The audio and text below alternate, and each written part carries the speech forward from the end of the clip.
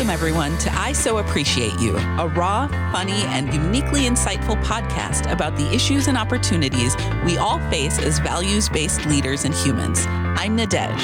And I'm Melanie. We're colleagues at the St. Paul and Minnesota Foundation, and we're friends. When we get together, our conversations can go anywhere, especially when bringing a friend or two along for the ride. So we're inviting you to join us and some incredible guests as we explore the challenges and triumphs of people shaking up our community for the better. Hello, everyone. Welcome to I So Appreciate You. We are so excited to be able to welcome one of our colleagues today, Shannon O'Leary.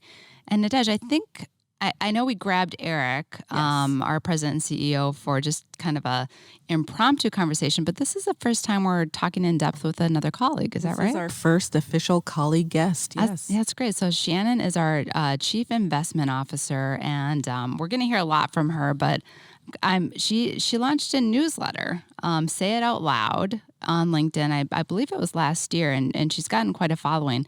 I'm just kind of looking at the newsletter titles that she's put out, and she cracks me up. But one that stands out to me is I'm a hot mess, and so are you, and we're going to be okay, which is kind of fun. It is indeed. Do you have any other favorites? Well, I'm scrolling through them too. What do you see? What do you see there? Well, oh my goodness. This one's a little work related and life related. The SVB failure and other recent parenting moments. Oh, I mean, how do those two connect? She would connect them. But she would connect them. Do you know what else is interesting to see how she would connect them? Fries, wine, and emerging fund managers. See, Shannon can make emerging fund managers sound interesting with fries and wine. She really can. Yes. So we're excited to talk to her, but how have you been? I know you've been on the road and on the go in the last week and a half or so. I have been a couple of back-to-back work trips. By the way, for people who do that for like their lives, yes. You are both my heroes. And but like I used to do it. It's exhausting. Conference energy and loud rooms with not good sound insulation had me basically scream talking for like 3 days. So I feel like I sound like an idiot.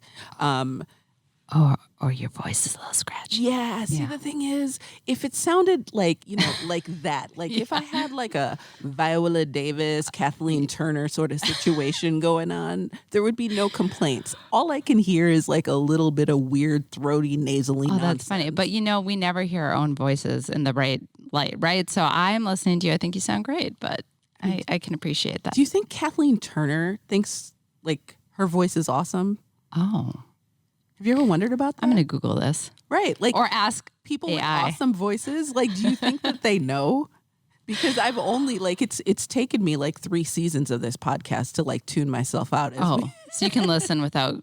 Yeah. I cringe. I have to figure out how to listen when we're in the editing phase. But I just, it's kind of out of body.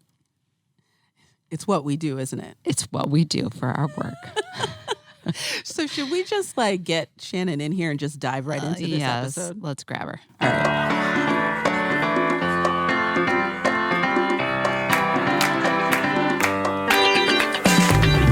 The Facing Race Awards is an initiative of the St. Paul and Minnesota Foundation that recognizes anti-racism activists in Minnesota who challenge absent and harmful narratives on race, build solutions that unite instead of divide, and push for justice and equity. Join us in celebrating this year's 4 incredible award recipients by watching the Facing Race Award show at facingrace.org. Hello, everyone. We are so excited to be joined by our colleague and the Foundation's Chief Investment Officer, Shannon O'Leary. Shannon, welcome to our show. Thank you for having me, ladies. We're very excited. Just to let everyone get to know you a little bit, we have a couple of interesting points. First of all, you have a newsletter, Say It Out Loud. I'm sure we're going to talk a little bit about it today. So that's one fun fact about Shannon. The other one that I did not know, actually, is that you wrote your master's thesis on Botticelli. Is this true? I wish. Were you giving me grief when you told me about that? Oh, it's not a master's thesis. Oh, what is it? It's I did a dissertation. Oh, okay, that's still like not a You see where this is going, non-thing. this whole Hey, look, conversation. I don't want to be like, mistakenly giving the impression that I have degrees that I don't own. Well, I was actually very intrigued by this because I know that you studied economics and physics. So how did this artist fit into your? I know you guys don't know this about me, but Okay. I secretly like art. Oh, And I used to sing professionally. what? Wait. Okay, Did we you have to know start that? this whole podcast episode all over from the top. Okay, we'll get back to that. We're gonna get back We're to gonna get this. back to that. If you've been listening to our podcast, which I'm just going to assume you had, so don't say anything to the contrary, you know that we start off with 3 quick questions before we dive into the meat of our conversation. So I'm going to kick us off. So first question, would you rather get tagged in an awkward photo or accidentally text the wrong person? That's a good one. I think I would rather get tagged in a photo. Okay, fair enough. All right. Would you rather have a song stuck in your head or not be able to remember somebody's name? I always have a song stuck in my head, and I can never remember anyone's name. Oh. So this is a special question just designed for me.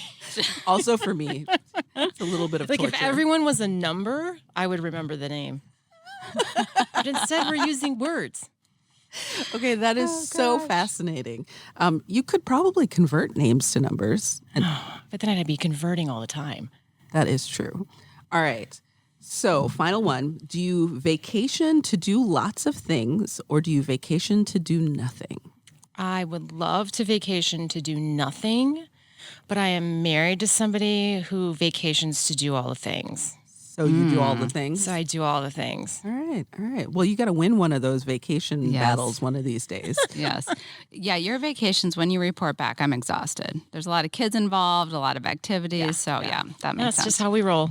All right. Well, we're going to jump in, Shannon. We have a lot to talk about. Very excited to dig into the, I think, really unique work that you do for the foundation. But as you know, a lot of people don't really even understand what a community foundation is. And I would bet that people don't, on top of that, understand what a chief investment officer does. So before we get into the questions about the work you've been doing here, could you just kind of give us a quick overview of your role?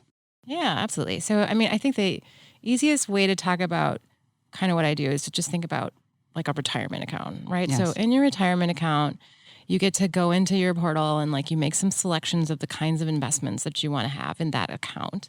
And they give you some recommendations. Maybe you take them, maybe you don't. My job is to do that at a much bigger scale. Right. So our asset base is about 1.7 billion. And so there's a little different than dealing with retirement assets, but functionally I am, my team helps to pick and choose the different kinds of investments and mix them in a way that will help ensure that the foundation can support its 5% spending policy and offset inflation over the very long term. You have been in the investment space your entire career? Correct. I mean, let's talk about that a little bit because we're going to talk about the work you're doing at the foundation, but I think it is fully informed by your experiences in this field. Yes. What does that look like and feel like as Shannon is, growing from a baby investment professional to the rock star that you are today? Yeah, it's a journey. Is a really non-diverse journey. There are very few women in chief investment officer roles right now. There are fewer now than there were 20 plus years ago when I started my career. So the industry as a whole of investments is, especially kind of the level, the big dollar management of money that we're doing here at the foundation is really, really non-diverse. I mean, so it's probably, I'd say investment professionals, 80% are white and male. And once you get to the sort of highest decision-making level, you're seeing that statistic be even more significant.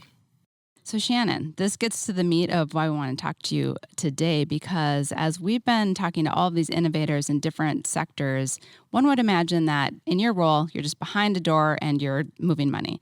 But really, you have been able to advocate for equity in the role that you're doing for the foundation. Could you talk a little bit more about how you do that as the chief investment officer? Yeah, I think that can be sort of the trope is that the money people, we just put our fancy Right. suits on and then we use a lot of lingo and Yep. a lot of acronyms, and then everyone falls asleep and is no longer paying attention to what is coming out of our mouths. That is sort of a trick, right? And it's a trick to make you feel like we're these fancy people and you shouldn't question anything we do. And that's just categorically false.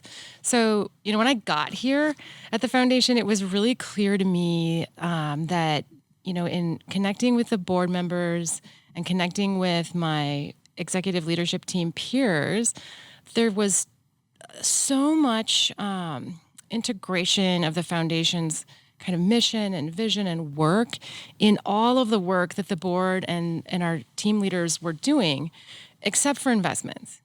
Investments were sort of like divorced off in this little corner over here. And it wasn't just that there wasn't any integration really with the mission other than producing returns. It was also that I felt like there was not enough of working knowledge of what was in the portfolio at really any other level than inside of the investment team. I mean, Nadege, you were there. Would you agree? I mean, that would probably be the case. I mean, it's probably the case at a lot of foundations. I think it is. And so I shouldn't admit that for the field, but there you go. It's true. And so I spend a lot of time like talking to folks in our industry about this, which is you have to kind of get a way in to bring people to investments and to bring investments to people.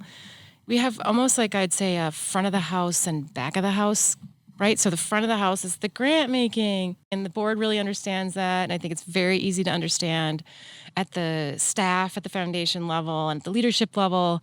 And then there's kind of like the back of the house, here's the engine that is this huge portfolio that generates those grants.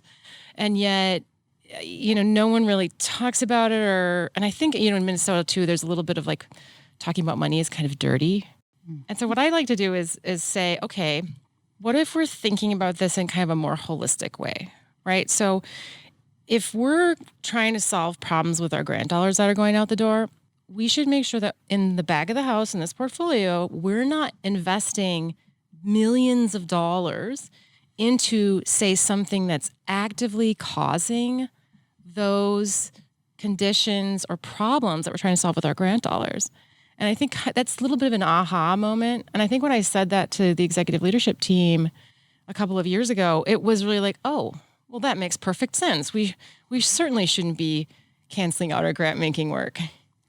Well, I mean, what you're bringing is simply radical. And I say that because it's simple in how you've just described it.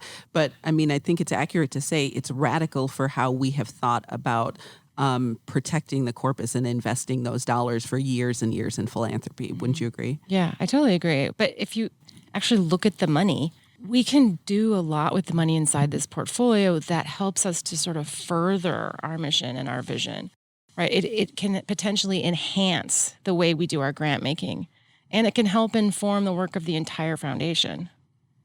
And you're going beyond the foundation in your work. You're really changing, I think, trying to shake up the investment industry, especially as it relates to making it more diverse and inclusive.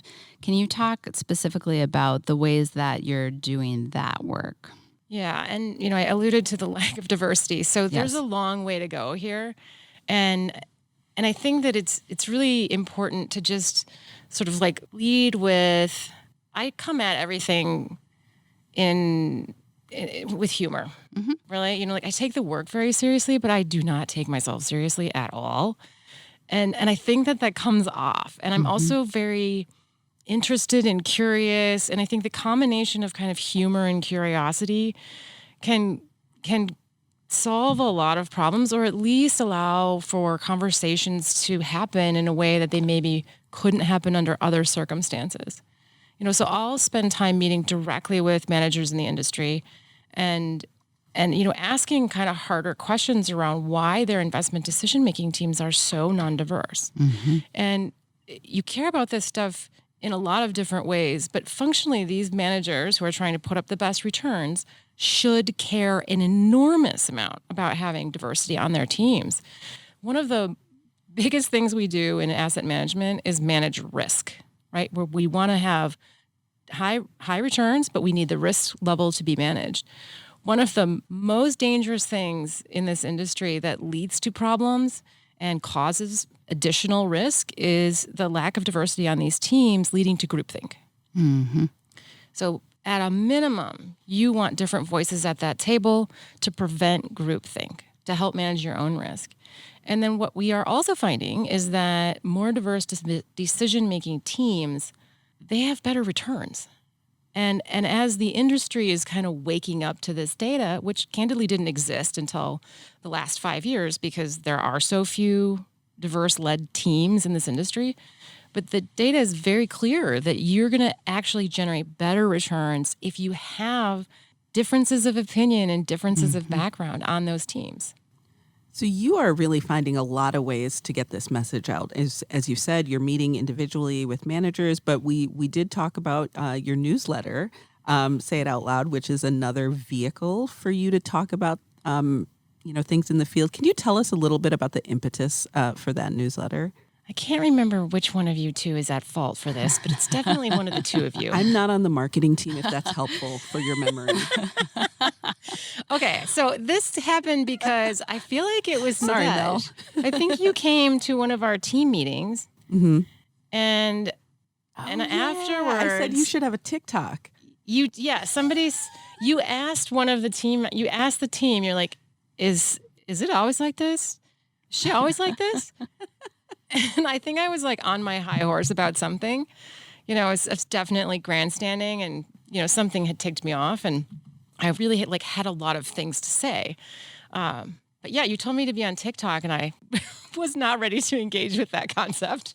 Neither am I. I'm not on TikTok, but it seemed like it was the right energy. And then I think then Mel was like, you could try a newsletter. Yes, this newsletter, people have to subscribe. They do. I mean, Shannon is, I don't know where it comes. I mean, I do know where it comes from. It comes from you, but you're hilarious. You're a great writer. You're really, and I want to mention, I wrote down here that in this newsletter, you're calling out your peers in the industry for sexism, racism, lack of critical thinking because of the groupthink that you just mentioned.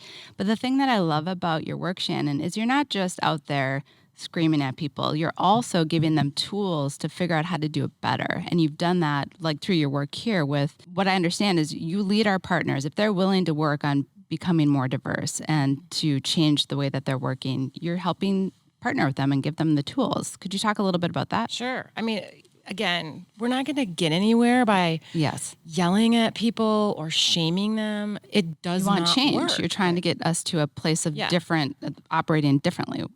Right. And I think that what external parties find is that the newsletter is very accessible. I mean, we are calling out racism. We're calling out sexism. I don't think readers perceive that. I think they take it in and they think about it in a different way. Right.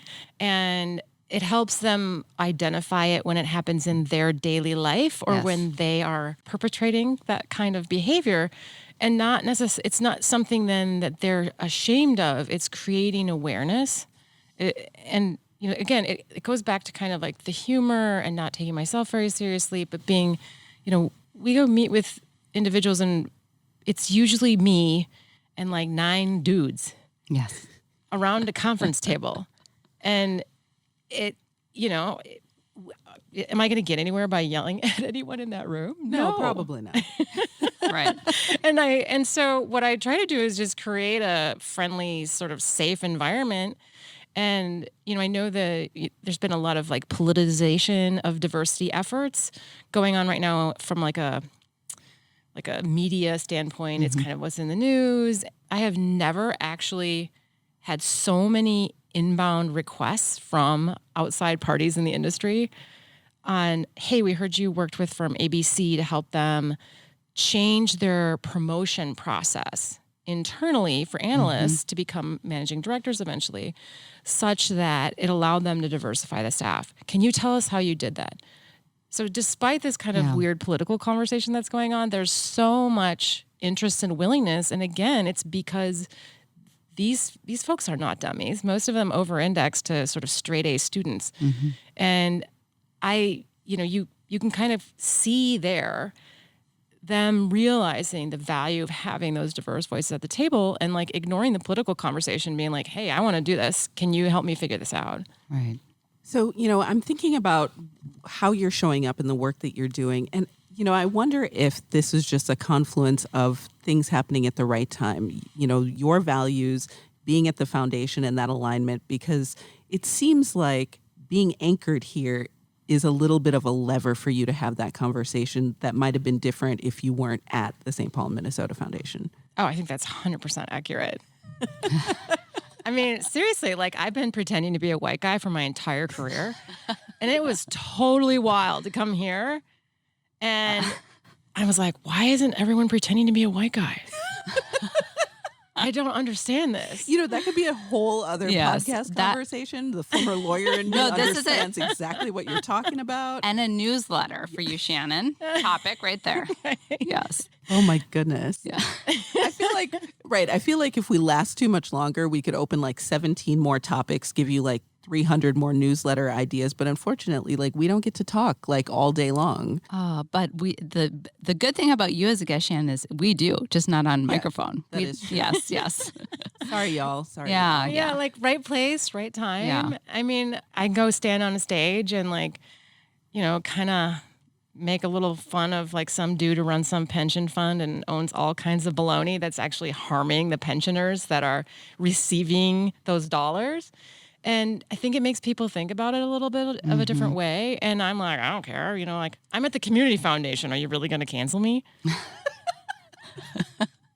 I want to make sure to ask one more question because even though I could hear the joy in that last response, Yes. When you think about the work that you do and everything that you're moving forward, like what brings you like joy in doing this work? I think it is for the kind of like first time in my life, I am in a space, at a place where I can line up all of the things that I'm trained and skilled at doing professionally and turn it from, and it's, really a huge part of why I came here is I was really pretty good at making very wealthy people much wealthier. And those same skills applied to the foundation now, hopefully, help ensure that the dollars that my team stewards then can benefit from that growth and those skills in terms of, being even more able to robustly serve the community. That's great. That's a good ending. I have one observation. We've gotten through this interview and I don't think we have to bleep one word. Shannon didn't swear. Oh my goodness! What does that even mean? I don't know. I don't know. I must have put my professional pants on today. For us. Just for you. Oh, well, thank you for taking time, Shannon, to join our podcast. It's really been awesome. Well, it was not nearly as terrifying as I thought it was going to be. Oh, no. Yeah. We try to keep it pretty painless. Oh, okay. Yeah. Well, maybe I'll come back. Oh, All right. Love it. Excellent. Well, that was fun. It Shannon. was. Okay, here's the thing. I don't think that our listeners are going to fully appreciate this, but you think you know your colleagues and then they low-key drop a bomb. Like I used to sing. Like professional singer. Yeah. Didn't you say that? Actually did. Now I realize that we're talking about it.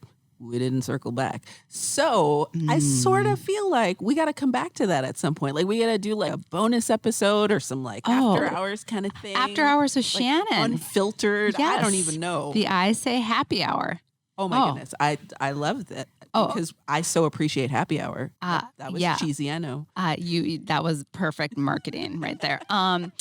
You know what, Nadege, we could also cover something that a listener brought to my attention. So apparently, well, not apparently, I do remember, we had closed our last season with you talking about going on a trip to do nothing. That was, and we never came back to talk about how that actually went for you. Didn't. So I think we need to have, I love this happy hour idea where we're going to kind of revisit some of these fun little nuggets that we may have not fully fleshed out. I mean, I suppose if there are other listeners who are like, what about? Yeah. Let us know because, let's get some content from this situation. Right. I feel like I'm voluntolding somebody to do some work right now, but here's what's happening. Oh, that's great. So, well, I'm curious your thoughts on the nugget that Shannon delivered to us and to our listeners. And for me, and something that I've just witnessed being her colleague, is that again, I guess I'm challenging my own preconceptions about what someone in her role would do. And she's really pushed the envelope in terms of making room for other people and calling out, like I mentioned earlier, racism, sexism. And so I'm also wondering about in my role and in my job, am I doing enough? And what are the opportunities that I can do to push the envelope, think about being more inclusive, et cetera. So that's my takeaway from Shannon. Yeah. Curious yours. I think that's kind of the perfect takeaway. Like, Yeah. I know that I have talked to my teams, I lead operational functions, and, we had a theme one year: operations are a tool for equity, because the reality is, and I think as Shannon is pointing out, like, all of those inequities are so embedded in systems, and she's not even talking about systems. 100%. She's talking about flat out money that makes the world go round. Yes. And how important it is that it's not just talking about equity when you're thinking about the community. It's talking about and thinking about and embedding it, infusing it everywhere. How we do our work. Yeah. There's always an opportunity to improve. Well, Mel and I always have the chance to hear more from Shannon and learn about what she's doing. But you know what? So do all of our listeners. Yes. If you want to sort of keep following along with Shannon, check out her newsletter, Say It Out Loud, on LinkedIn. Yep. Just sign up and you'll get Shannon in your inbox every 2 weeks. And it's a really good read. Yeah. Thanks for listening. Thank you for listening to I So Appreciate You. You can find us on Facebook at I So Appreciate You Podcast and on Twitter and Instagram at So Appreciate You. We'd also appreciate you taking a moment to write us a review. And if you like our show, be sure to follow I So Appreciate You on Apple Podcasts, Spotify, or wherever you're listening to us right now. Have a question or topic suggestion? Email us at podcast@spmcf.org. Thank you for listening to I So Appreciate You.